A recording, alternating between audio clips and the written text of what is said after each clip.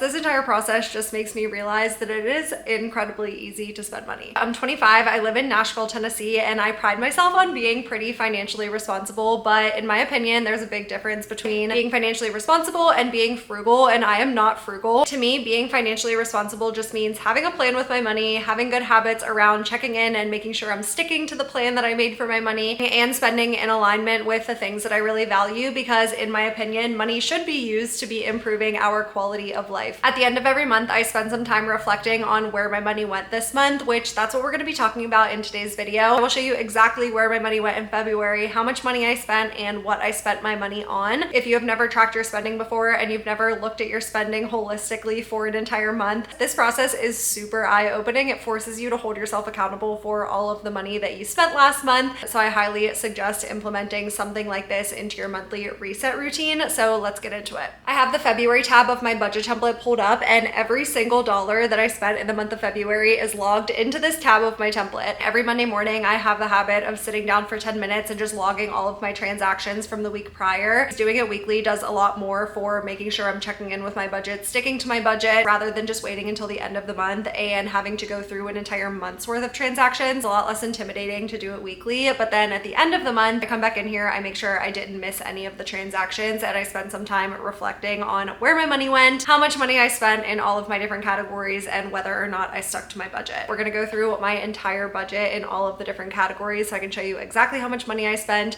where my money went, so you can see exactly how much money it costs to live a mid-20s lifestyle in Nashville, Tennessee. First, under income summary, you can see that my expected and my actual were the exact same. I'm salaried, and $67.41 is the post-tax amount that hits my checking account every single month. We're gonna start with the needs summary, and I like to split my budget up in needs, wants, debt, savings, and investments. First, on the needs side, my rent is the exact same every month. I spend $2,300 a month to my apartment complex on my rent. A couple little utilities are in here as well. I think my actual rent amount comes to like $2,100, but $2,300 is the exact amount that I pay to my apartment complex every single month. I live in a 2-bed, 1-bath apartment in Nashville, and I do have to say that the only reason my rent is this price is because I got a really good leasing special when I moved into this place. So I'm not re-signing for next year, but if I were to re-sign for next year, my rent would probably jump up to like $2,900 a month. I am in a really nice apartment, and I love my apartment, and I don't regret spending this much money on it at all. I do think I would have a problem with spending almost $3,000 a month in rent. The only other utilities that I pay for are electric and Wi-Fi. This month I spent $79 on electric and $30 on Wi-Fi. The next category is groceries, and I budgeted $450 this month for groceries, but I ended up spending $469. This was lower than the month of January. I spent over $500 a month on groceries in January. February was a shorter month, so that kind of makes sense. I have been spending a lot of money on groceries lately, and I'm kind of okay with that. I've been using Instacart a lot because I work a lot on the weekends. I'm filming this YouTube video right now on the weekend, so in my mind, I'm kind of like, I would rather save the 1 or 2 hours grocery shopping and just Instacart my groceries rather than spending my entire day doing all of those chores. I've also been prioritizing buying a lot more organic groceries lately. I'm just learning a lot more about health and trying to think about health a little bit more holistically, being more mindful about what I'm putting into my body and paying the price for that. I spent $87 this month on gas, $96 on pet insurance, and $24 on renter's insurance. The $96 for pet insurance, I have 2 different pet insurance policies for Bella. One is an accident and illness pet insurance policy for around $40 a month, and that's something that I've been paying every single month since she was a puppy, and that would basically cover anything if something were to happen, like an accident or an illness. Luckily, I haven't had to use it, but pet insurance is super important. And then the other $50 a month is a monthly subscription to her vet, which covers all of her office visits, her shots, any kind of like routine checkup maintenance for her. That's what that covers. The one side of my budget looks a little bit funky this month, so let's take a look at where all of my money went. I spent $566 this month on food and drinks, which this definitely surprised me. When I'm looking back at the month of February, I don't really feel like I was going out a ton. I'm not drinking a ton of alcohol right now. I only went out with my friends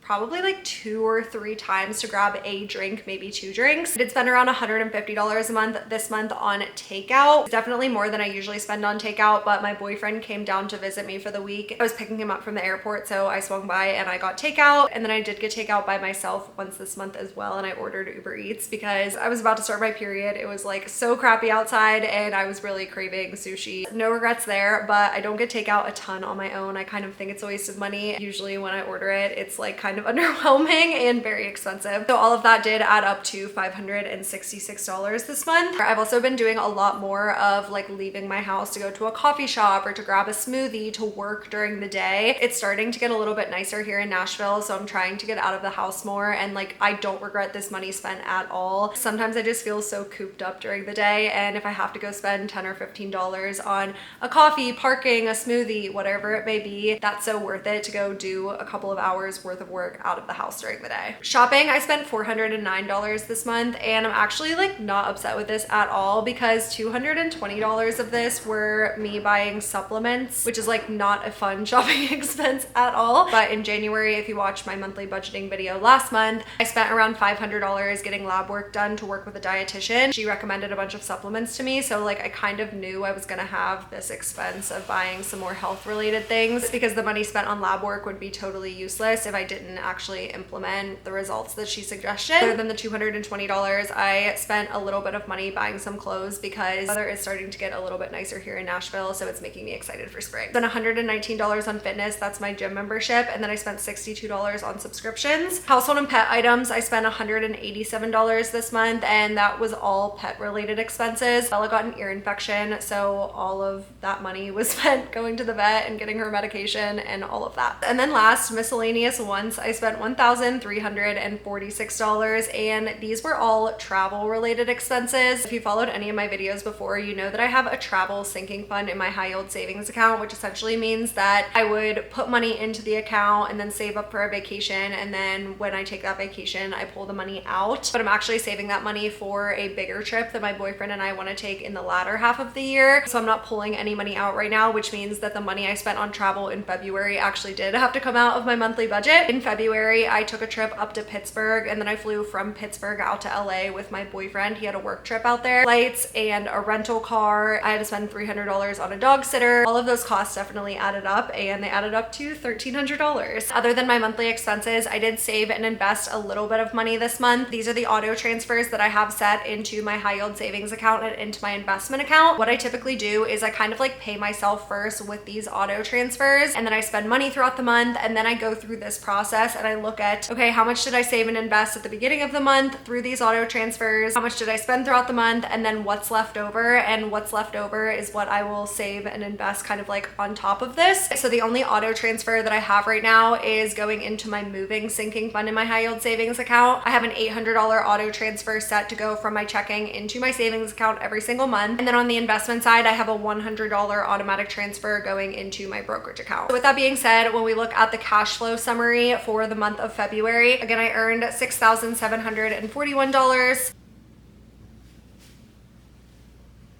On the need side, I spent $3,085. On the want side, I spent $2,689. I transferred $800 to my savings and $100 to my investments, which means my leftover amount after all of that is only $67 this month, which usually I don't have over $1,000 worth of miscellaneous expenses like I did this month with travel. So usually I will have at least like a couple $100s in here, and that's when I can like play around with it and say, okay, do I want to save more? Do I want to invest more? But this month I took a trip instead. So again, if you don't currently have a money routine that includes tracking your spending and then reflecting on how much money you spent at the end of the month, I highly recommend implementing that into your monthly reset routine. Even when I do go over budget or I feel like I spent way too much in a month, it's still super helpful for me to hold myself accountable for all of my spending. I will put the budget template that I use and the high yield savings account that I use to save my money in the description of this video if you want to check those out. But thanks for following along to my channel, and let me know in the comments what else you want to know about budgeting and saving your money.